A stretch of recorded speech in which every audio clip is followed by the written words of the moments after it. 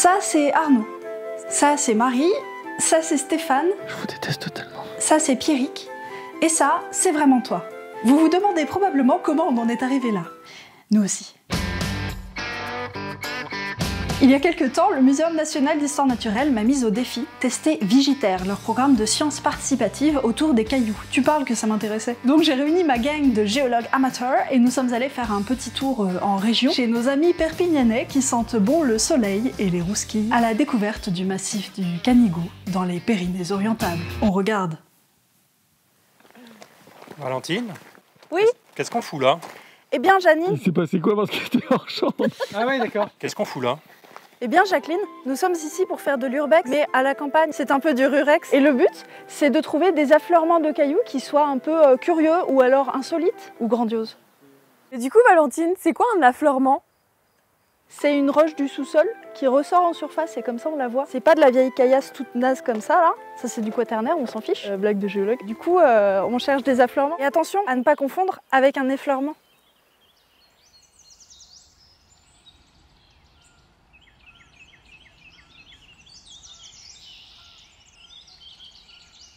Voyez-vous des affleurements autour de nous? Comme ça là? Oh mais oui, comme cela. Wow. Allons voir. Wow. Là, il y avait un truc. Alors là, tu vois, sur le site de Vigitaire, tu peux rentrer ton signalement. Taille de l'affleurement. Est-ce qu'il fait plus à partir de 10 mètres ou de 1 à 10 mètres? 8, je dirais 8, 25, mais 25, allez, va pour... ouais. De 1 à 10. Voilà, ça c'est bien. Anthropique ou naturel? Ah bah là, on est sur un site naturel, on n'est pas en ville. Hein. Nature du site, on a quoi? Oh! Ah, affleurement. Des travaux sont-ils en cours? Non. Quelle est la nature des roches du site? Tu peux dire si la roche est magmatique, sédimentaire ou métamorphique. Ça, tu le sais grâce à ma vidéo qui s'appelle « Je referme une géode » à voir sur la chaîne YouTube Sciences de Comptoir. Si c'est sédimentaire, on peut voir des strates ou des couches en général. Tu peux trouver des petits cailloux ou des coquillages ou des fossiles. Si c'est volcanique, on peut avoir des petits trous dedans, de la porosité. Et si c'est métamorphique, c'est le bordel. Métamorphique, c'est des trucs qui sont complètement repris des deux précédents en fait. Donc tu prends n'importe quelle première roche et t'en fais une... Qu'est-ce qu'elle a fait? Et là, franchement, bah, c'est métamorphique. Roche transformée sous l'action de la pression et de la température. Elle peut présenter une structure en feuillet. Des fois, ce qui peut aider, c'est de mouiller la surface du caillou en fait pour mieux voir ce qu'il y a dessus. Oh, waouh! Tu vois là?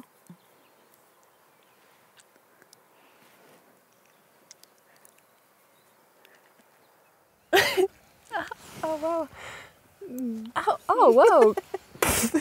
Two girls, one caillou. Et donc ça, c'est une roche métamorphique, un mica schiste. Donc c'est un schiste avec des feuillets qui est riche en mica. Et le mica,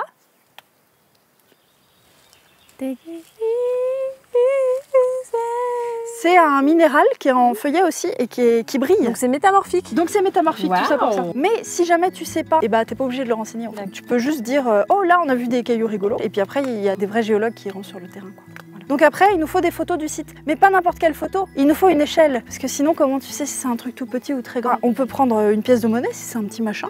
Ou on peut prendre n'importe quoi, des clés, une gourde, un sac à dos ou une personne si on veut.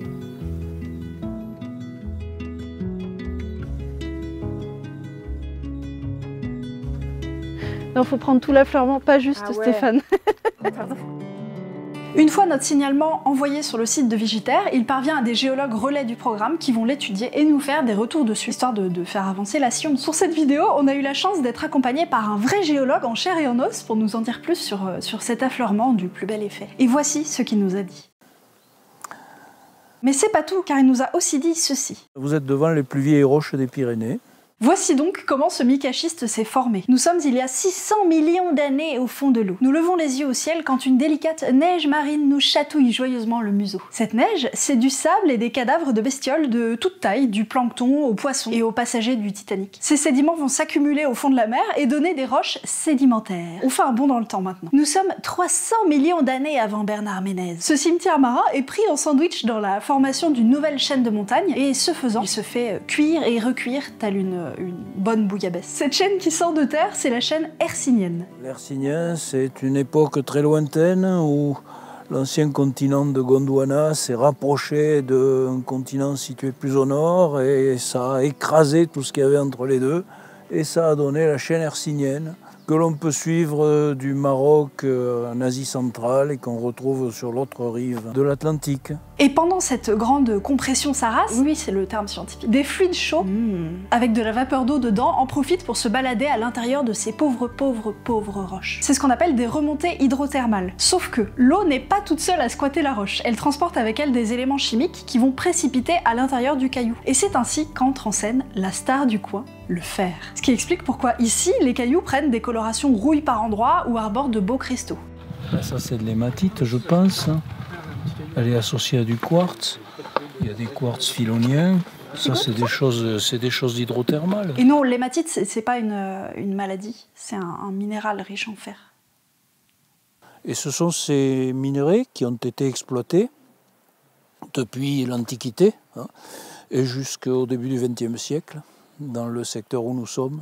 Et oui, la géologie, ce n'est pas uniquement étudier des cailloux, c'est aussi mieux comprendre, grâce à eux, l'histoire de la région, l'histoire géologique certes, mais aussi l'histoire des humains qui y vivent. Et pour ce faire, jeu de mots, on s'est entouré des Avengers du Canigou et notamment de Monsieur Beau, qui connaît le coin comme sa poche, vu qu'il en est maire, et qui va nous présenter ce véritable cabinet de curiosité. Bien que ce soit un élu, par contre, on n'a pas tenté le concours d'anecdotes cette fois, faudra attendre la prochaine. Donc ici on est sur le site minier des Mannerottes, sur la commune de la Bastide, massif du Canigou. C'était un site minier à ciel ouvert. Cette exploitation n'a pas duré très longtemps, entre les deux guerres, et plus précisément sur le site où on est, jusqu'en 1927. C'était des mineurs paysans, c'est-à-dire qui travaillaient à la mine et en même temps ils travaillaient la terre. Malheureusement, parmi ces gens-là, il n'y a plus aucun témoin ici. Mon grand-père à 14 ans était forgeron en bas à la mine.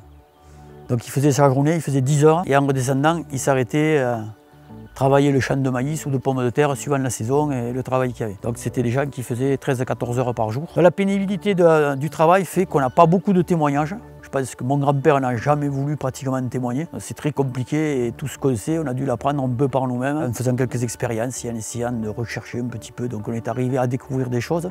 Et d'ailleurs, il y a des documents qui n'expliquent pas tout à fait la réalité du fonctionnement de cette partie de la mine. Donc ce que les hommes n'ont pas forcément réussi à nous raconter, c'est dans le paysage qu'on va le lire. Et on peut remonter loin, comme ça. Si la dernière exploitation de cette mine à ciel ouvert remonte à 1927, la première, pour le coup, remonterait carrément à l'Antiquité. Les Romains exploitaient le fer là-haut au pic de l'Estelle. Ils exploitaient même le sol. Ils ne faisaient pas de galeries, très peu.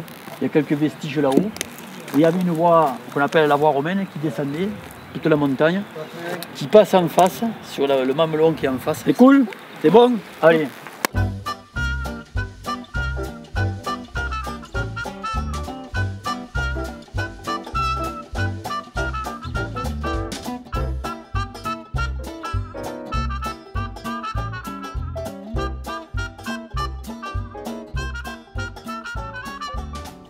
Donc là, on est devant une entrée de galerie. En fait, c'est une fouille. L'exploitation n'a pas été terminée. Le principe, c'était aller profond. S'il y a du minerai, on va exploiter. C'est ce qui s'est passé ici. Ils ont commencé ici par le bas en tirant des cartouches de dynamite qui partaient en montant. C'est pour ça que vous avez cette falaise qui n'existait pas avant. La montagne a été telle qu'elle est de l'autre côté. Voilà ce qui reste d'une carrière à ciel ouvert. Donc s'il y a des courageux, on va aller jusqu'au fond. Donc allez, suivez-moi. Ah, wow, ça a l'air trop bien.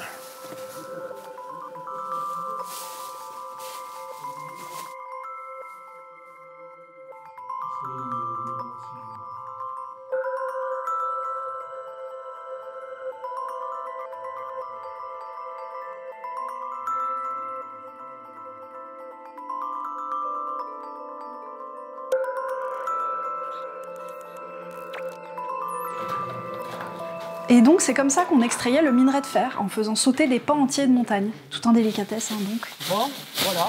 Je ne sais pas si pour vous c'est bon. Dans le coin, les cailloux contiennent en moyenne 50% de fer, c'est énorme. Et ça peut même grimper à 97% par endroit. Vous voulez voir des grenats? Ah oui. Et ces gros trucs là. Ah oui. Là on les voit bien.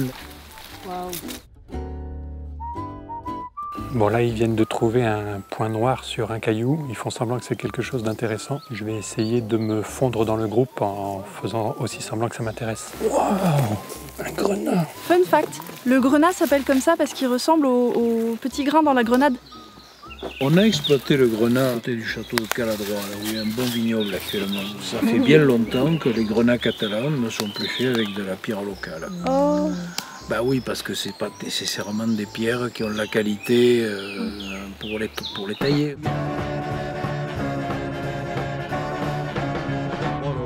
Voilà, ben c'est là qu'on voit la voie ferrée. À gauche de cet arbre-là, on voit un muret en pierre et on voit que c'est plat et c'est la voie ferrée. Faire que là, il y avait un plan incliné. Les wagons, ils montaient, ils descendaient. Avec le minerai de fer.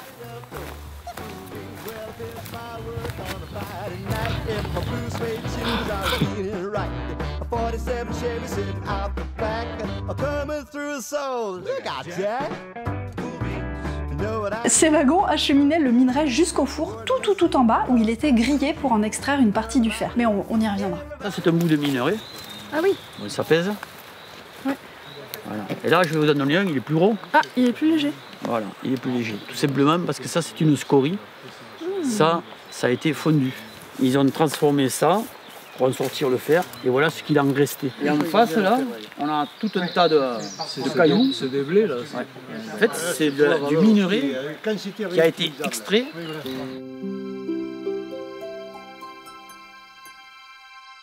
Une oasis minérale au beau milieu de la forêt. Ça fait un siècle que ce tas de cailloux attend d'être descendu pour y être fondu. Mais il peut toujours attendre, hein, puisque la mine est morte. Vive la mine. Qu'est-ce que tu as trouvé, Valentine? Un morceau de minerai typique. Regardez, on voit bien les cristaux d'hématite, là, dans une gangue un peu rouille. Et là, on voit encore mieux. Alors à quoi reconnaît-on une hématite? Eh bien c'est très simple. Comme ce sont des polymorphes alpha d'oxyde de fer, ces phases tabulaires présentent une structure rhomboédrique en pentaèdre inversé, associée à un pléochroïsme biréfringent. Alors que les grenats, eux, ce sont des silicates à cations divalents regroupés en sites tétraédriques de coordination 4, au cas où il y aurait encore besoin de le préciser.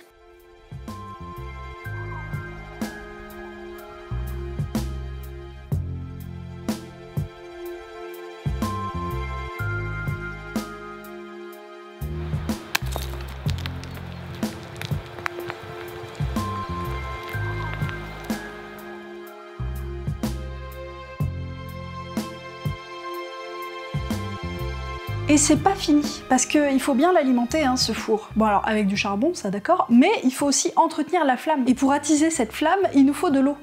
De l'eau. On avait une température de 800 degrés en permanence. C'était un courant d'air provoqué par un débit d'eau qui attisait le feu. Vous imaginez un tube avec un Y. On fait courir l'eau dans celui de dessous et automatiquement, ça crée un courant d'air à nous.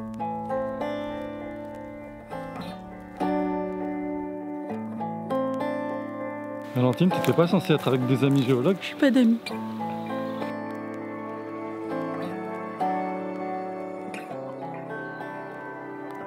Bon, la géologie, c'est comme ça que je l'aime.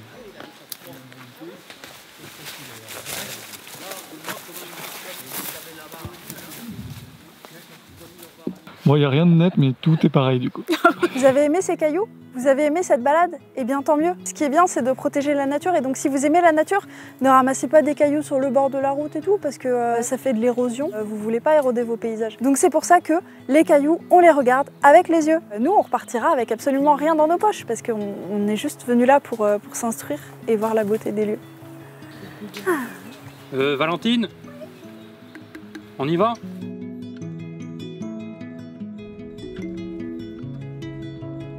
Et voilà comment l'ingéniosité humaine a su extraire le fer des entrailles de la Terre. C'est beau, on dirait du balade mental. Et surtout, c'est quand même un énorme progrès pour l'humanité, hein, parce que avant de savoir faire ça, on extrayait le fer contenu dans les météorites. D'ailleurs, je vous invite à aller voir la vidéo que j'ai faite pour le Vortex sur ce sujet. Et surtout, voilà la fenêtre d'histoire que nous a ouvert notre affleurement du début. Et oui, on peut lire tout ça dans les cailloux, il suffit de savoir où et quoi regarder. Mais je laisse le mot de la fin à Arnaud, qui va nous résumer la géologie de la région avec ses propres concepts.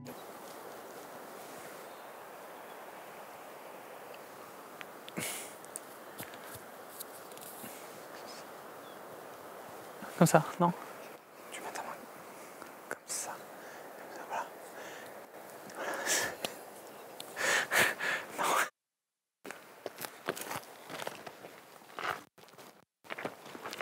J'espère que cette vidéo un peu spéciale Lèche du calcaire. vous aura plu. Je suis ravie d'avoir pu vous emmener sur le terrain parce que c'est la première fois et c'est quand même une part importante du métier de géologue. Et vu que j'avais pas eu l'occasion de le faire avant, merci. Merci à Vigiterre pour cette super occasion. Et ce qui est absolument sans sas, c'est que vous pouvez vous aussi contribuer à écrire l'histoire géologique de votre région en observant des cailloux. Je sais pas pourquoi je crie. Alors gardez les yeux ouverts autour de vous et lorsque vous croisez des affleurements, allez les signaler sur le site de Vigiterre. Ça prend vraiment 3 secondes sur Vénus.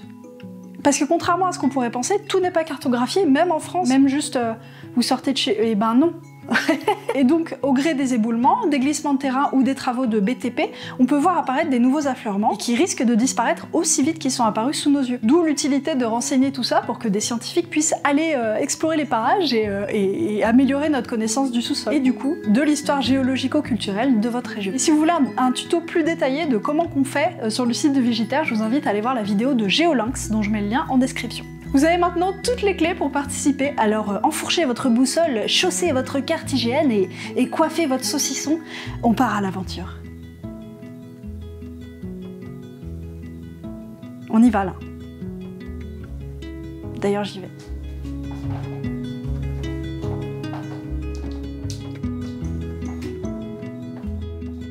Est-ce que vous auriez un haïku à nous faire?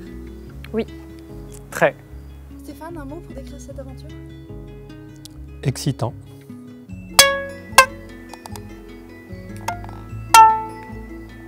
Est-ce que vous auriez un avis sur la théorie de l'effondrement?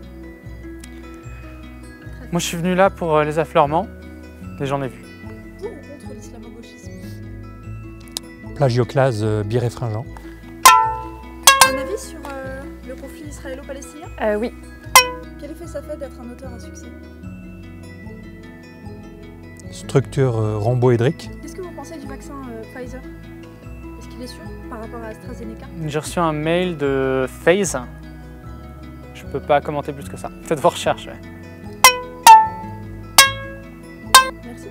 Non mais c'est tout? Tu veux d'autres choses? Non, je sais pas, mais c'est juste tes questions, elles étaient pas très pertinentes quoi. Une chanson qui t'inspire ce moment?